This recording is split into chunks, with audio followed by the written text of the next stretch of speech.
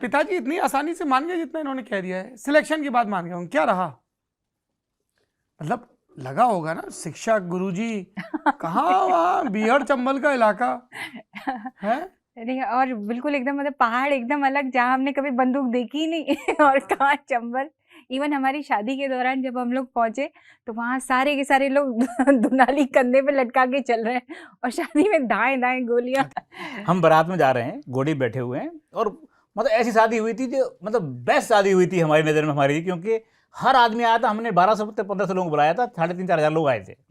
नहीं बुलाया 1000 लोगों को, खाना बनवाया 1500 का, आ गए 4,500 और खाना चट रैली थी, मतलब रैली थी वो। नहीं, और वहां से वो हम लोग स्टेज पर है और मनोज वहां से फोन करे, आलू में पानी मिलाओ, आलू में पानी मिलाओ।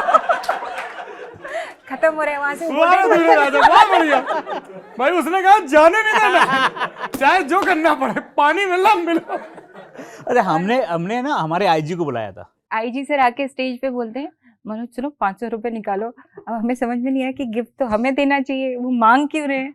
तो वो बोलते हैं सुनो, अब घर जाऊंगा, बीबी तो खाना देगी नहीं, तुम्हारे यहाँ खाना खत्म हो चुका है, पैसे दो, बाहर खाता हूँ। पता है मैंने क्या बोला फिर अपने दोस्तों से, जब जितने भी सब सिलेक्ट, जो लड़के सिलेक्ट, तब मेरा हमारे ग्रुप में पहला बंदा था जो सिलेक्शन हुआ था, बाकी सब लोगों का तब तक नहीं हुआ था। तो मैंने सबको बुलाया, दीपेंद्र कुशवाहा हमारी गाड़ी चला के ले गया था। तो बोलता है कि यार गाड़ी सजी नहीं तुम्हारी, शादी के बाद जो सजती है। मैंने कहा सारे फूल ले लो, सजा दो जो स्टेज पे लगे हैं।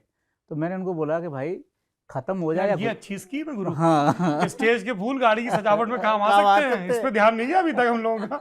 हाँ, तो मैंने उसको बोला भाई खाना खत्म हो रहा है, और इसके बाद जयमाला के बाद खाना हम दोनों को खाना है, और एक फोटो खिंचवाना है खाना खिंचाते हुए दूसरे को।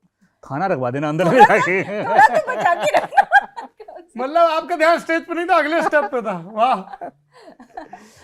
तो वो एक ऐसी शादी थी जिस शादी में विकास विकृति आए दिल्ली से, सारे दोस्त आए, श्रद्धा की सारी सहेलियां आई। मुझे लगता है कि वो एक सफल पहली शादी थी जिसमें हर आदमी मुखर्जी नगर में जोड़ा बना, हाँ, सिलेक्ट भी हुआ, हाँ, और ब्याह भी हुआ। बहुत बढ़िया मनोज शर्मा जियो। वही है कि जब आपके पास पार्टनर अच्छा हो, स्पेशली लड़कियों के लिए मुझे लगता है वो बहुत जरूरी है कि आपका लाइफ पार्टनर बहुत अच्छा होना चाहिए, क्योंकि आप जब दिन भर जूझ के और मेरा ब्रो अपन एक टीम में। और मेरा फिर बोल रहा है, ये श्रद्धा ने जो बोला है बहुत सही बात बोली है। ये जो गिफ्ट सिस्टम है ना, मेरा बर्थडे है, क्या दिलवा रहे हो, क्या दिलवाओगे, इस बार तुम मुझे रिंग दिलवा दो, इस बार ये दिलवा दो, ये सब बंद होना चाहिए। ये अपने बर्थडे में रिंग मांगता है आपसे? नहीं, मैं कह रहा हूँ बंद होना चाहिए। क्या है, दरअसल जो आप ईमानदारी की बात कर रहे हैं ना, वो ईमानदारी को पकड़ना है ना, तो उसका एक ही तरीका है। वो तरीका ये है कि अपने खर्चे कम कर डालिए। उसका तरीका एक लालचों से ऊपर उठ जाइए, और उसका तरीका ये है कि कुछ ऐसी चीज़ें जो ज़्यादा पैसे खर्च करती हैं उनसे मोह भंग कर लीजिए। जैसे हम लोग जब दिल्ली में पढ़ते थे मुखर्जी नगर में, तो एक दिन क्या हुआ कि मैं बड़े स्टाइल में आके मैंने श्रद्धा से बोला, श्रद्धा सेलेक्ट हो गया तो उसके बाद बताओ कौन सी गाड़ी दिलवाऊँ। वो गाड़ी दिलवाऊँगा। श्रद्धा ने कहा कि वो गाड़ी तो वही ठीक है, बत्ती वाली महिंद्रा की होगी तभी चलेगी, चाहे वो स्कॉर्पियो चलेगी, मेरे को सिर्फ बत्ती लगवा के दे दो।